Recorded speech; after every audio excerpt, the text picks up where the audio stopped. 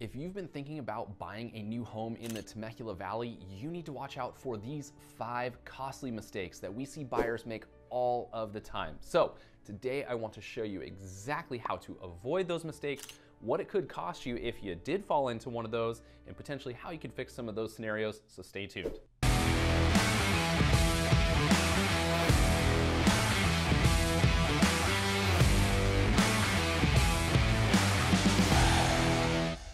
Hey guys, I'm Andrew Lewis, your local Temecula Valley realtor, and this channel is dedicated to all things Temecula Valley. From new construction tours to neighborhood spotlights to new things coming here to the valley, we cover exactly what it's like living in the Temecula Valley. Thanks for joining us today. Let's dive in. First up, let's talk about property taxes. If you've been watching this channel for any period of time, you hear me harp on this all the time because guess what? This is something that people do not know about until they sit down to sign their final loan documents and they realize their payment is much higher than originally estimated by their loan officer. And that's because tax rates here in the area can vary greatly, neighborhood to neighborhood. So you have to watch out for those property taxes. And when it comes to new construction, I can almost guarantee you that you will be paying one of the highest tax rates in the entire area because new construction homes come with a ton of extra development that's needed for the area, infrastructure, schools, fire stations, police stations, all of those pieces, and that's what your property taxes go to. And there becomes special assessments that are left on that property that increase your overall tax rate. And so when it comes to new construction homes, you can expect to pay 1.8% to about 2.2, 2.3% is the average for a new construction home. It might not sound like much to you, but the going tax rate here in the area, the base property tax rate is 1.1%. And so we're talking 0.7% higher, which is about $4,000 or $5,000 more per year in your property taxes, which can equate to $300, $400, $500 a month in your monthly payment. So I know new construction is very shiny and pretty, and we love walking through those model homes. Make sure you check out our videos on model home tours here in the area, but you have to know that those property taxes are going to be higher. And so when it comes to buying these new construction homes, make sure you're aware of that. Your monthly payment will be higher than even if you went directly across the street to a more established neighborhood. That tax rate is going to be lower. So the exact same price house could cost you more per month. So be careful on that side. Now, a quick note here, another thing that people don't know about when it comes to new construction is you are going to get a supplemental tax bill after you've purchased the home. This is very, very important because you don't even discover this when you sign your loan documents. Chances are you're going to get this notice 6 months to a year after your purchase, and you're gonna be hit with a tax bill that you were not expecting unless you know about this. So this is a supplemental tax bill. What this is when the builder bought the property, they are simply paying taxes on the land of the property. When you buy the property, it now comes with a home on it, and so the county assessor adds the value of the home plus the value of the land, and that is what you are taxed on when it comes to making your property tax payment every single year. Now, there's a difference when it was just land to now putting a home on it, so it may have gone from $100,000 assessed value to $700,000 assessed value. Guess what? The county assessor is going to come to you for the $600,000 tax difference for 1 year's worth of tax bills. So expect that you will get in the mail a supplemental tax bill, and it is going to be a few $1,000s. So make sure you are setting money aside for this tax bill. Also, make sure when you're talking to your lender to ask if they're going to impound money to set that aside for them to pay that off. That happens occasionally, but most often you're going to get that bill and be 100% responsible for that payment. Next up, let's talk timing.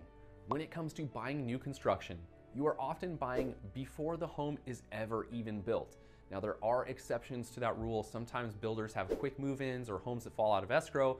Making sure that you have a great real estate agent that has some connections with those builders will help make sure that you can get into those homes when they become available. But if you buy the traditional way, you are going to be waiting 6 to 7 months for that home to be built. It can take quite some time, so it is a very long process. So if you're considering new construction, make sure here in the area that you are planning for 6 to 7 months. Now, where that can get complicated is, depending on the current market conditions, the builder may not allow you to have a contingent home purchase, meaning if you have a home to sell, you may not be able to have that be a contingency of your purchase for the new construction home. So oftentimes they make you sell that home before you can ever buy a contract for the new construction home. And that means 6 to 7 months of homelessness for you. So take that into account. If you're buying this home and you don't have one to sell, take into account that it's going to take some time for that home to be built. So plan to rent for a little bit longer than you currently are, or maybe living with some family while it's being built. On top of that, it's important to know that whatever the close date is that the builder gives you is incredibly loose. So if you're buying a resale home, one that has been already lived in, when we say 30-day escrow, it generally closes on that 30-day, maybe a day or two late. Builders here in the area are notorious for giving you a date, and that can shift by weeks, even a month or so, depending on weather, delays in materials. There's all sorts of things that can go into that. So use that closing date very loosely. When they say October, it could be November. So make sure that you're keeping that in mind. Now you also want to remember not to schedule movers for that closing date because it can shift. So I always encourage our clients, just be patient, let that closing date happen and then bring the movers in, because it's incredibly frustrating when you are expected to close on October 1st and you have scheduled movers for October 2nd, but then the date gets bumped out by 1 week for whatever reason, and then you're having to call and scramble to reschedule those movers. So just be patient, let the closing actually happen, and then schedule those movers. Number 3 is not taking a realtor with you on your very first visit to the new construction site. So this is so incredibly important, because guess what? If you don't take your real estate agent with you on that first visit, you have now waived the right to have your own representation, and you have now elected to allow the sales office representative to represent you throughout the sale. Guess who pays their paycheck? The builder. So whose side are they truly on? You're not actually compensating that person. They're being compensated by the builder. They just want to get the sale, so they get paid. You need to bring in your own representation so you are fairly represented throughout the process. Again, so you have quick access to homes that fall out of escrow, quick move-ins, incentives, negotiations, walking you through inspections and things that actually need to happen through the process that, guess what, the sales office isn't going to tell you about. So you need to make sure, do not feel like you're bugging your real estate agent. You must call them to tell them, I would like to go see the new Lennar homes on Winchester. You've got to set that appointment with them so they can take you in, they walk you through the process, can show you everything about those homes, and again, can be your representation throughout the process. We've seen many clients who make this mistake. They just happen to drive by, they walk into the office, they walk through a model home and they go, I absolutely love it. Call the real estate agent and say, I'd like to place an offer on this. And guess what? They can't help you. You actually need to bring them into the very first time. So please don't make this mistake. Make sure that you've got fair representation, somebody that can walk you through the process to make sure that the builder is doing what they need to do, making sure you're getting the incentives that you can, because guess what? They're not going to give away the farm to you if they don't have to, but if you've got someone negotiating for you on your behalf, we can make sure that you get some appliances included, some closing cost credit, an interest rate buy down. There's all sorts of things that we can work in there for you. So make sure that you give us a call to walk you through on your very first visit to a new construction home site. Number 4, upgrades and budget. You have to be incredibly careful when it comes to new construction, because you're going to walk through a model home, you are going to fall in love, but let me tell you, what you see inside of that model home is not the finished product of what you're going to get when you purchase. Now that's not a bad thing. I'm not here to diss on new construction at all. It is definitely a great option, but you need to know that when you're walking through that model home, it is full of upgrades that are not included in the base price of the home. The base price of the home may be $600,000, but the model home you're looking at is probably a total of about $200,000 more because of all the custom upgrades that they put in there. Why did they put them in there? To make you fall in love with the home. So it is very important that when you walk through, you are able to distinguish between what is actually included in the price that you are getting versus what is an actual upgrade. And some of those are even designer upgrades that aren't even offered by the builder. So throw the furniture to the side. We know that's not included, but the crown molding you see, the flooring you see, the countertops you see, the backsplash you see may not actually be included in the price that is advertised. So make sure your agent is walking you through to show you exactly what is included. Now, a little tip that I give to all of our buyers when we walk them through new construction here in the Temecula Valley is, let's see the model home, choose the floor plan you like, and then let's ask the sales office to give us a hard hat to walk through a home that is not yet completed but very close, so you can actually see what it looks like. Because guess what? It's going to have carpet in 90% of the home. You need to see that. The paint color will likely be different, just a plain white color. The upgrades will be different. The layout could be a little bit different. There could be some cabinetry that's not included. So I make you walk through that so you can see what you'll actually get for the price that you're going to pay. Now, if you don't like what you see there, you can absolutely add in a ton of the upgrades, but keep in mind, that is going to up your budget significantly. So there's two strategies you can do here. Number one, you can buy the house as it is, the base, the absolute minimum price that you can get, and then bring in your own contractor after the close of escrow to actually make the upgrades that you would like. That will save you money because the builder, the way they work is they're going to bring somebody in to do those upgrades and mark it up a little bit so they make some extra money. If you bring in your own contractor, it can likely be done for less.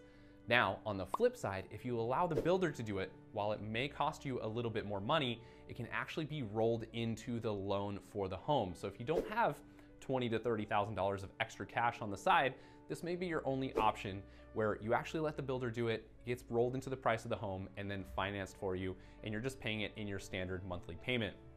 But just be very careful. When you're bringing in those upgrades, you start to add some flooring, and then you start to add some appliance upgrades, and then you start to add the backsplash, and then you start to add some lighting fixtures, and it can rack up really, really quick. So give yourself some grace when it comes to the actual purchase price of what's advertised there of $500,000. Make sure that's not your max budget, because the reality of actually getting one from $500,000, if that's what they're advertising, is very slim.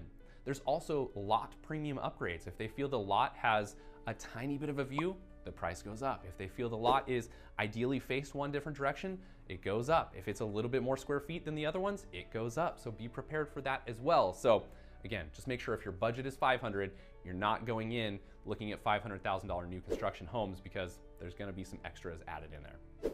Last but not least, third-party inspections. This one is super important because as a buyer, you want to make sure you are getting a home in ready to move in condition with no problems and no issues. When you're buying new construction, it is easy to assume this is freshly built. It's going to be perfect. Let me tell you, they are not perfect right off the bat. These are mass-produced homes with many contractors through there stumbling over each other as they install the plumbing and the electrical and the appliances and the countertops and all of those pieces. So it's incredibly important that you actually bring in a third-party home inspector to walk through the home. Now, this may cost you a few $100s, but trust me, we've seen many clients that are in escrow on a home that thought they were getting a perfectly brand new home, only to find out that something was wired backwards or plumbing was an issue. And these are items that you want to find out before you actually close on the home, because then you can have the builder address them before you're closing. There are issues found all of the time inside of these new construction homes. And again, that's not a diss on new construction, because they're amazing to move into something that no one has lived in, but you want to make sure that it's perfect tip-top shape for you before you actually sign on the dotted line and close on that home. You bring in that home inspector, they're going to go through all of the plumbing, all of the electrical, all of the appliances, make sure that there's no leaks in the air conditioning in the heating unit, making sure the garage doors open, the doorbells function, everything you can possibly think of. They're going to make sure it all works for you so that you can address it with the builder prior to closing and save yourself a ton of time and headache so that you're not having to chase after the builder post-closing trying to get those repairs done. Obviously, we just covered 5 mistakes to avoid when buying new construction. I want to stress, new construction is still a great option. If you're okay with some of the taxes and the prices and all of that comes along with it, it's a great option. They're beautiful homes. I love them as well. It's actually one of my favorite things to do is go out and tour model homes. In fact, my daughter even loves to come along with me just to check them out sometimes, because I think she's gonna grow up to be a model home designer. But thanks for tuning in today to check out the top 5 mistakes to avoid when buying a new construction home here in the Temecula Valley. If you enjoyed today's video, even if you got a little nugget from it, hit that like button. If you have any questions about moving to the Temecula Valley, buying a new construction home here, leave a comment below. We check those daily. We will get back to you immediately. And as always, don't forget to hit that subscribe button so you don't miss out on what it's like to live here in the Temecula Valley. Thanks for tuning in. We'll see you next time.